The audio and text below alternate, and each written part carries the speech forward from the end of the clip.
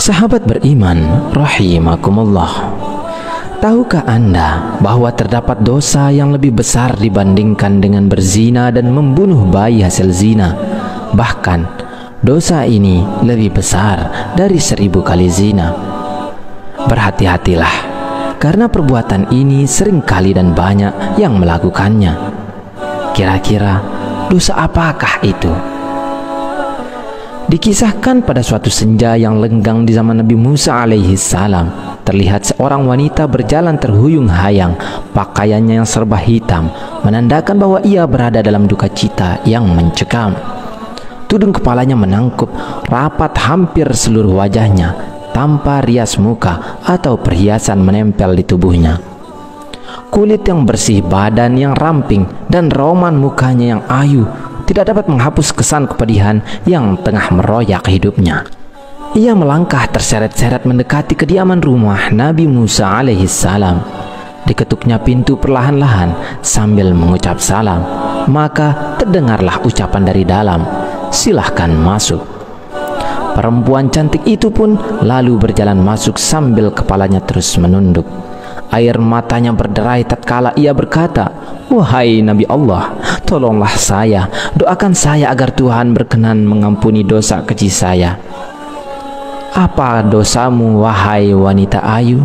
tanya Nabi Musa alaihi salam. "Saya takut mengatakannya," jawab wanita ayu tersebut. "Katakanlah, jangan ragu-ragu," desak Nabi Musa. Maka perempuan itu pun secara ketakutan bercerita, "Saya telah berzina." Kepala Nabi Musa terangkat, hatinya tersentak. Perempuan itu pun meneruskan ceritanya, "Dari perzinaan itu saya pun hamil. Setelah anak itu lahir kemudian saya langsung mencekik lehernya sampai meninggal," ucap wanita itu seraya menangis sejadi-jadinya.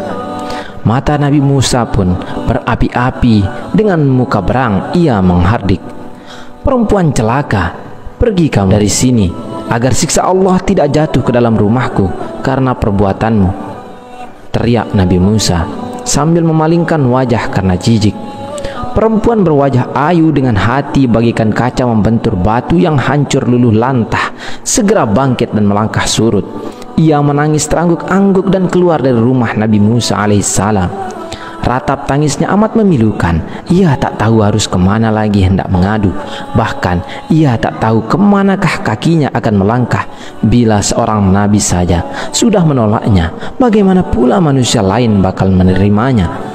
Terbayang olehnya betapa besar dosanya, betapa jahat perbuatannya. Setelah wanita ayu keluar dari rumah Nabi Musa, malaikat Jibril pun turun mendatangi Nabi Musa. Malaikat Jibril lalu bertanya, "Mengapa engkau menolak seorang wanita yang hendak bertaubat dari dosanya? Tidakkah engkau tahu dosa yang lebih besar daripadanya?" Nabi Musa pun terperanjat.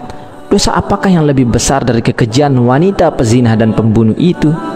Maka Nabi Musa dengan penuh rasa ingin tahu bertanya kepada malaikat Jibril, "Betulkah ada dosa yang lebih besar daripada perempuan yang hina itu?"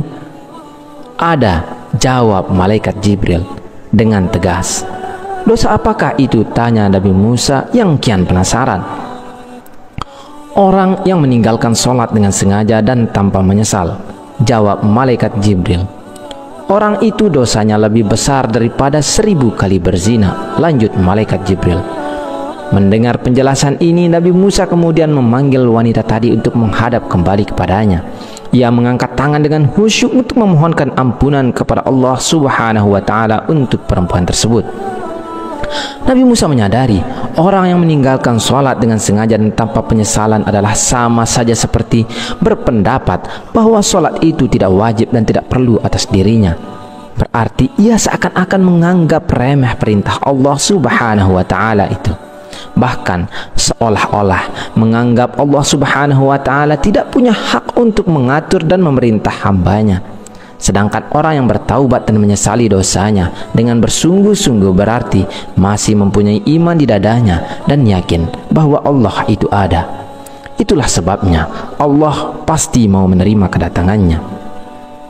Ibnu Qayyim al-Jauziyah mengatakan, Kaum muslimin bersepakat bahwa meninggalkan sholat 5 waktu dengan sengaja adalah dosa yang paling besar, dan dosanya lebih besar dari dosa membunuh, merampas harta orang lain, berzina, mencuri, dan meminum minuman keras. Orang yang meninggalkan akan mendapat hukuman dan kemurkaan Allah Subhanahu wa Ta'ala, serta mendapatkan kehinaan di dunia dan akhirat. Di dalam riwayat lain juga dijelaskan bagaimana kejamnya siksaan bagi mereka yang meninggalkan sholat. Ibnu Abbas radhiyallahu an berkata, jika langit sudah terbuka, maka malaikat akan datang dengan membawa rantai sepanjang 7 hasta. Rantai tersebut akan digantungkan kepada orang yang tidak melaksanakan sholat, kemudian dimasukkan ke dalam mulutnya dan akan keluar dari duburnya. Kemudian malaikat mengumumkan, ini adalah balasan orang yang menyepelekan perintah Allah. Adapun ganjaran dosa ketika kita dengan sengaja meninggalkan sholat fardu diantaranya adalah: jika 1 kali meninggalkan sholat subuh, maka hukumannya adalah masuk ke dalam neraka selama 30 tahun. Sedangkan 1 hari di neraka sama dengan 60.000 tahun di dunia. Maka artinya 1 kali dengan sengaja meninggalkan sholat, maka bersiaplah akan mendekam 60.000 tahun di neraka. Jika meninggalkan 1 kali sholat zuhur, ganjarannya dosanya sama dengan membunuh 1000 umat Islam. Jika meninggalkan 1 kali sholat asar, sama dengan dosa meruntuhkan Ka'bah. Jika 1 kali meninggalkan sholat maghrib, sama dengan dosa berzina dengan ibunya jika laki-laki, atau berzina dengan ayahnya jika perempuan.